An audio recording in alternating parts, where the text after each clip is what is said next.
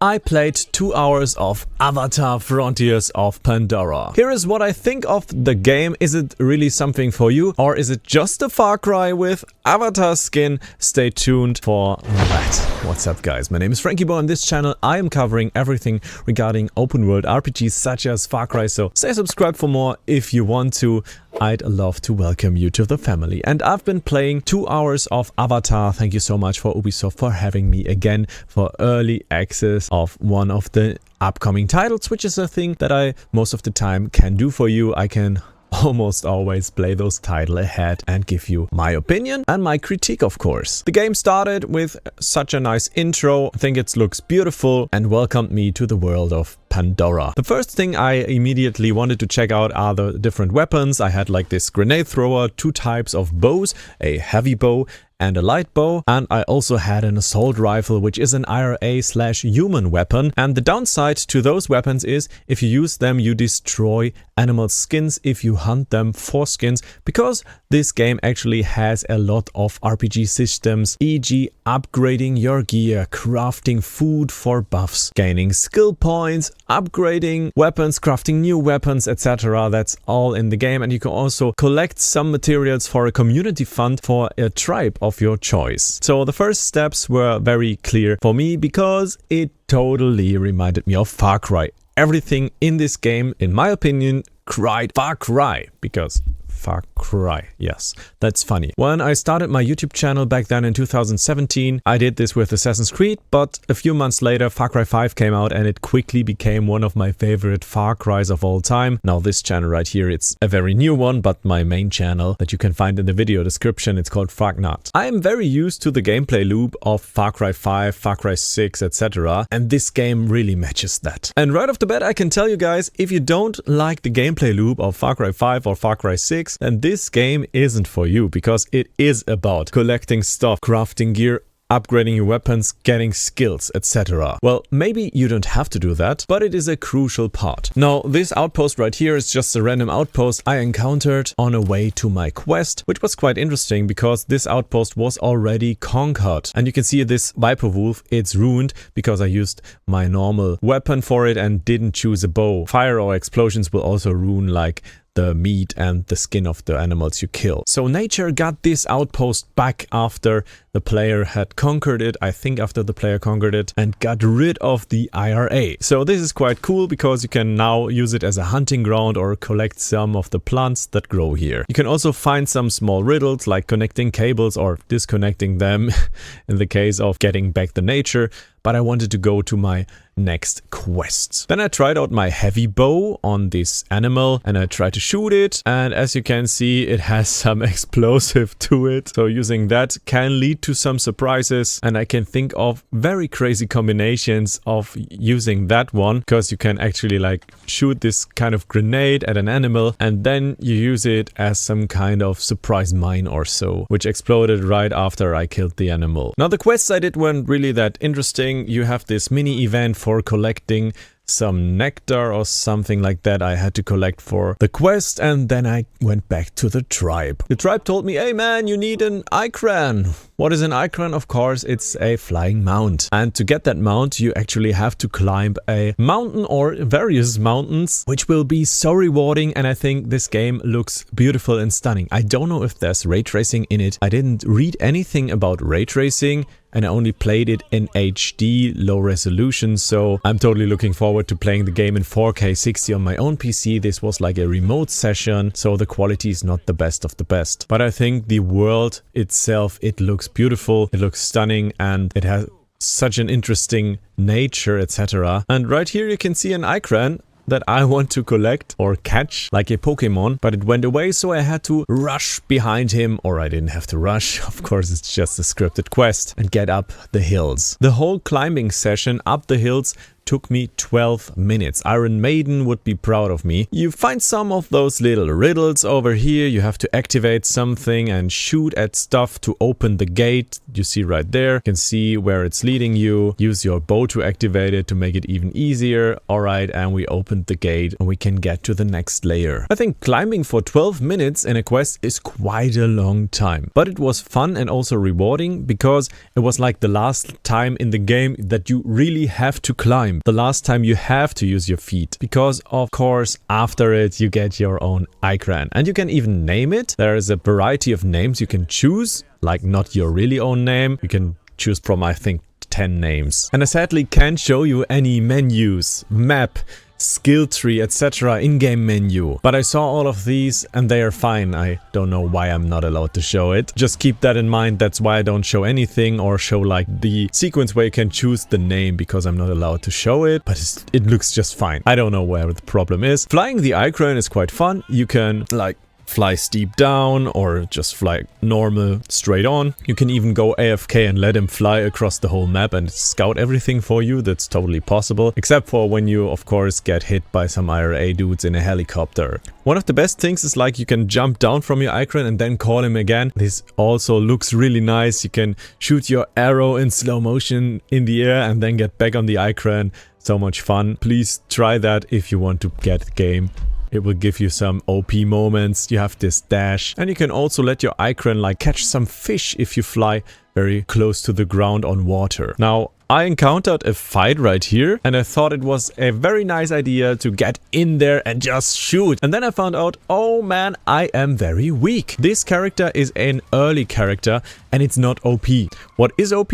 Is the thrower down there. I will use it later on. I explain why it's so OP. But you can see I hardly do any damage. But those guys, they too hit me. And so I found my first death. Was no problem. I just respawned after it. After grinding some wooden poles and getting some more loot, I decided to eventually go to the next quest. And this is always like marked by this color. Really reminds me of the Valhalla color. I think it's almost the same one. And Etuwa gave me a quest where I have to put down some stations in the air and then get like one of the hydro oil stations down by the IRA, which is a big fort. Alright, there you can see those platforms. I have to get them down. And to do so, you go on these platforms and hack them.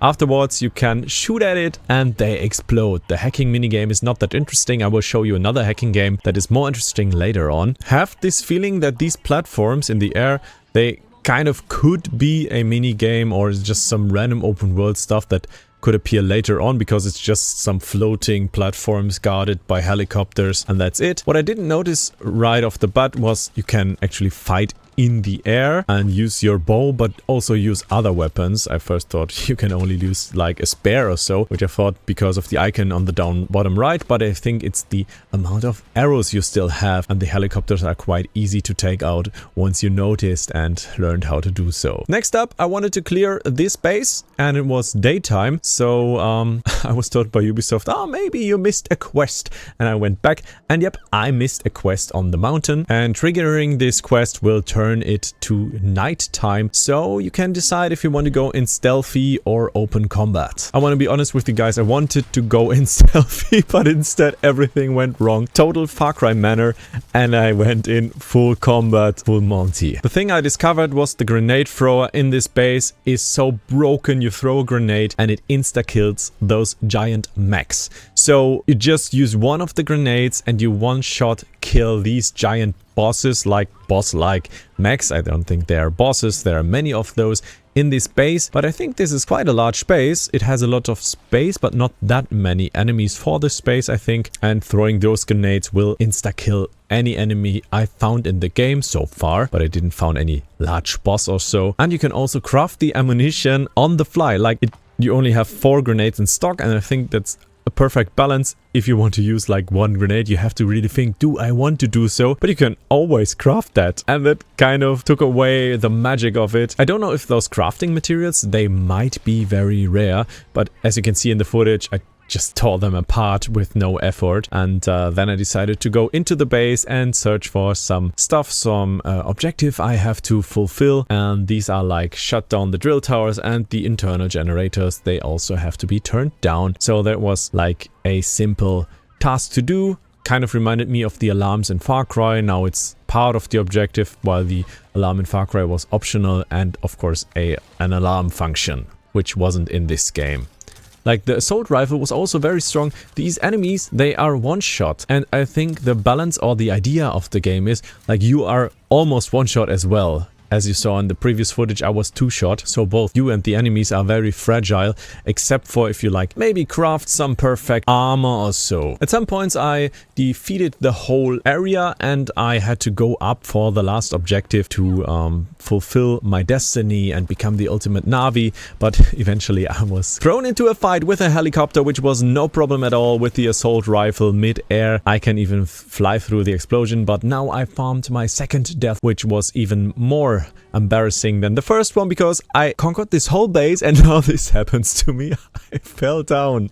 I couldn't believe it, but it was no problem. The base was still conquered and I just had to fly up there and it was no problem. I was very happy. They kind of did a secret save game or safe spot after conquering the base. Now the next riddle appeared and it was like finding the right spots or the energy points and deactivating that. So those were two. As you can see, you have to put the circle in the circle and then you have a circular circle, and afterwards you have to like hack this terminal. Very easy quest. Just fill in the circle and then you have to go through this riddle and activate like that one to get the gate going on here, and yeah, then you can of course pass through and you have defeated the IRA in this case. I don't know if this game will have some kind of mode as we had in Far Cry games, like resetting all your outputs to conquer them again if you want to. It's a very simple mechanic to get the players a lot of fun back, but I think like using these outposts as kind of some resource generator, because nature gets them back, as I told you before, will be very handy. Afterwards,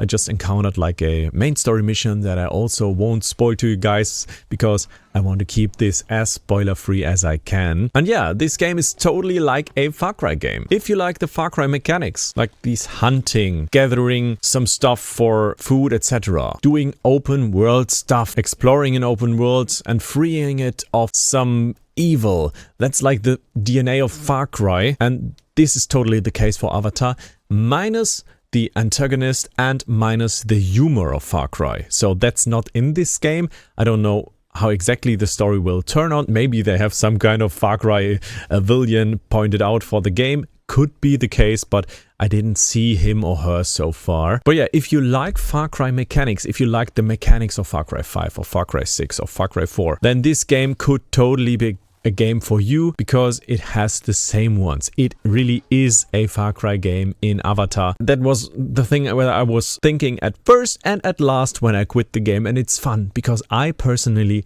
love Far Cry. I love the brand and I think it's the right game for you if you do so as well, if you like Avatar. If you dislike Avatar, it might not be a game for you. If you dislike the Far Cry mechanics, I'm pretty sure this is no game for you. It totally has the basic Ubisoft open world formula in it. So if you didn't like that, then this game also isn't for you. And I think this is quite a nice thing, because you exactly know what you get. I think almost no one can complain that this game would disappoint you, because you really know what you are getting. If you didn't like Far Cry mechanics, don't get it, because it has the same mechanics of motivating you as a player, of collecting things, of doing open world stuff that is optional. You can totally stick to the story. But yeah, that's kind of it. You have some riddles built in, and I was quite surprised how similar the game is to Far Cry, because Far Cry was developed by Ubisoft Montreal, I think, in Canada, and this was of course a massive production, and Ubisoft Massive is quite a different studio, famous for The Division, etc., also developing the new Star Wars open world game. And I think what we can learn from this one is I totally expect the Star Wars game to be very similar, to be like an open world Far Cry Star Wars game. And me, I'm totally fine with that. I'm actually looking forward to it, because I've always enjoyed such formula in games. They were always my favorites. I'm super curious, will you guys get the game or not? Please stay subscribed for more content if you enjoyed this video and this was nice info to you guys. I hope to see you in the next video on Avatar Frontiers of Pandora. Stay subscribed for more, and goodbye.